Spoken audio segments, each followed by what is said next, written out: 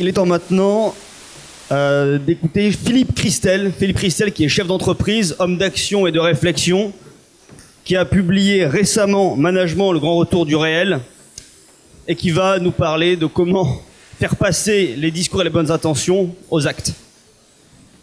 Vaste programme.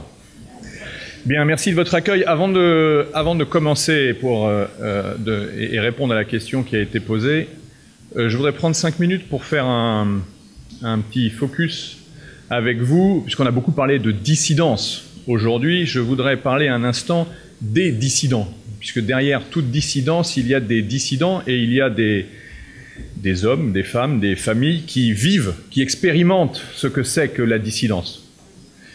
Nous avons eu l'occasion de voir à plusieurs reprises, d'entendre et de voir, je pense notamment à la vidéo d'Éric Zemmour, des dissidents ou des dissidents récents dans le système qui font un travail absolument considérable, utile, efficace, et qui restent tout de même avec des niveaux d'audience ou de niveau ou d'impact social, relationnel et politique qui les préservent d'une certaine rigueur ou des certaines rudesses de la dissidence, mais tous ne sont pas dans la même position. Et il y a fort à parier d'ailleurs que, avec ce que nous vivons aujourd'hui et avec la manière, la férocité avec laquelle l'élastique se tend entre le système et ceux qui n'y croient plus et qui veulent le renverser, qu'il y aura sans cesse d'autres dissidents, peut-être des dissidents moins structurés, peut-être moins connectés les uns avec les autres, et qui vont prendre de plein fouet les conséquences de la dissidence, que ce soit la mort sociale, que ce soit la mort professionnelle, que ce soit la mise au ban, la crise, les procès de Galilée, et quoi encore. Et ces dissidents-là, je pense qu'il faut penser à eux. Il y a même évidemment le niveau de férocité du système dépend de l'importance des vaches sacrées de ce système qu'ils attaquent. Il y a même des dissidents qui sont quelque part poursuivis presque jusque dans la mort, puisque même quand ils meurent, on n'en parle pas parce que c'est trop dur d'en parler, et on ne parle d'eux ni dans les fils Twitter, on ne parle d'eux ni dans les radios ou les télés, ou dans les revues, ou même les revues intellectuelles.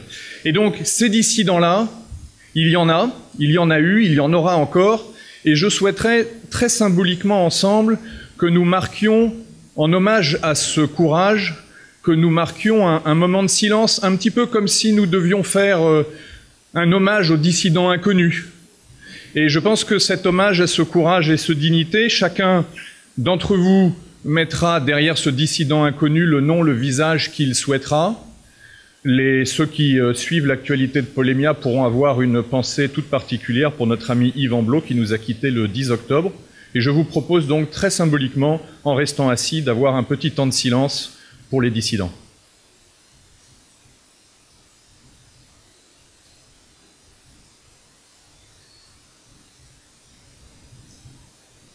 Merci.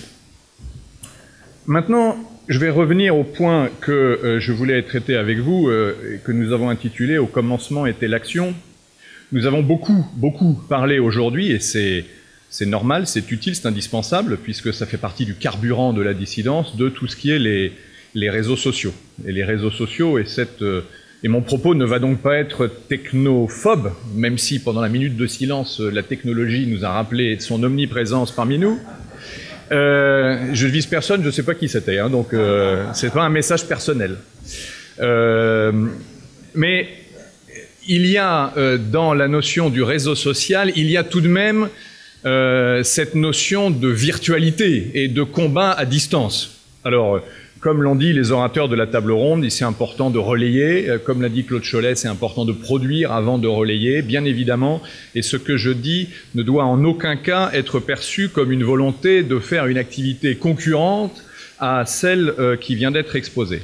Mais rappelons-nous que, quand nous disons qu'au commencement est l'action, et que l'immense battage médiatique qui a été fait, par exemple, autour des 2 magnifiques actions des identitaires au col de l'Échelle et lors de l'occupation des locaux de l'association SOS Méditerranée, le fait déclencheur, c'est qu'il y a quand même des gens qui ont accepté de prendre des risques, pour aller occuper physiquement, alors un col enneigé ou un siège d'association à Marseille.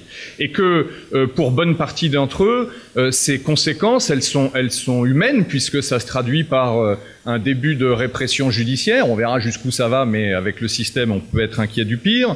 Et donc il y a du courage physique. Il y a du courage pour prendre des risques par rapport parfois à ce qu'auraient, puisque ce sont plutôt des jeunes gens, à ce qu'auraient dit papa et maman si on leur avait posé la permission, si on avait demandé la permission de le faire. Et donc, n'oublions pas d'abord que à l'origine de l'information sur laquelle on va s'appuyer pour pouvoir dérouler un raisonnement, mettre en évidence des contradictions du système, il y a un fait générateur, que ces faits générateurs se prépare de manière ultra professionnelle, comme ça a été le cas pour Génération Identitaire, et donc ces faits se réalisent avec des êtres de chair et de sang qui posent un acte physique pour être à la base de la donnée qui va faire l'objet des réseaux sociaux. C'est un peu ça le sens de ce que nous voulions dire avec « Au commencement était l'action », puisque quand avec l'équipe de Polémia nous avons fait le fil rouge de cette journée, nous sommes dit, bon, nous ne sommes quand même pas qu'un club d'universitaires ou d'auditeurs distingués, nous sommes aussi, nous devons être des hommes d'action, et c'est à cette dimension-là que je vous appelle avec cette courte intervention. J'ajoute que il me semble que l'atmosphère que nous vivons aujourd'hui est particulièrement propice à l'action, ou plutôt au type d'action. Je pense que vous ferez le constat comme moi de l'immense perte de repères de la majorité, de cette majorité silencieuse dont parlait Éric Zemmour. Le mouvement des Gilets jaunes, très d'actualité puisque nous en parlons, est en ce sens parfaitement emblématique, puisque il vient, on ne sait pas trop d'où, il a une coagulation qui est certaine. Bien que les médias ont cherché à le diaboliser ou que les structures officielles, partis politiques et syndicats aient été prudents, il s'avère, dixit la DGSI elle-même, qu'on a du mal à identifier la couleur politique des meneurs. Donc il y a aujourd'hui une mise en mouvement qui est physiquement réelle et qui pourtant est une sorte de jachère intellectuelle. Or, l'immense avantage des gens qui sont dans cette salle, et ce n'est pas démagogique de le dire, c'est que nous partageons probablement bon nombre des combats et des volontés de résistance des Gilets jaunes, pour ne parler que d'eux, mais nous avons un avantage sur eux, c'est que nous sommes globalement structurés politiquement et ou idéologiquement. Pas forcément tous exactement de la même manière, c'est ce qui fait le charme de notre village gaulois qui sait si bien se rassembler chaque année autour de Polémia, mais grosso modo, nous sommes structurés politiquement. Ce qui veut dire que notre capacité d'influence et de rayonnement sur, j'allais dire pour parler comme un marxiste, ces masses en déshérence, notre force d'impact est réelle. Et donc c'est là que la dimension d'action me semble devoir être totalement habitée, et il me semble qu'il y a effectivement beaucoup de sujets, de terrains sur lesquels, au-delà de faire le travail attendu sur les réseaux sociaux, il y a des choses à faire. Il y a des choses à faire. Alors, en faisant une liste, je n'ai évidemment pas préparé la liste de tout ce qu'il faudrait faire, parce que, un, vous n'avez pas besoin de moi pour la dresser, et deuxièmement, le temps m'est compté, et donc ce serait trop long. Première chose que j'avais notée, c'est la première chose qu'il faut faire, c'est des enfants. Bon, je ne sais pas si ça s'applique majoritairement au public qui est dans la salle, encore que, les enfants peuvent être les enfants des enfants, et donc il y a là effectivement des choses à faire, des arbitrages à faire. On n'est pas loin de Noël, la fin de l'année, il y a une jurisprudence fiscale à regarder. Enfin bref, bon, plus sérieusement, la première chose à faire, c'est des enfants. Tout ce que nous faisons, vous le savez très bien, est vain si nous n'engageons pas la reconquête démographique. Vous avez vu ce qu'ont commencé à vouloir faire les gouvernants italiens. Nous savons que c'est la clé de l'histoire. Cette notion démographique est absolument la clé de l'histoire. Premier sujet.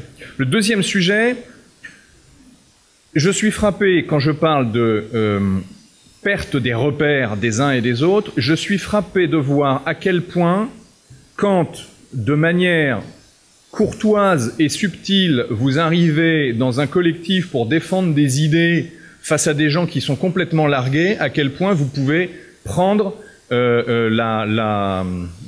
l'ascendant. Je cherchais, je voulais pas dire leadership, donc l'ascendant.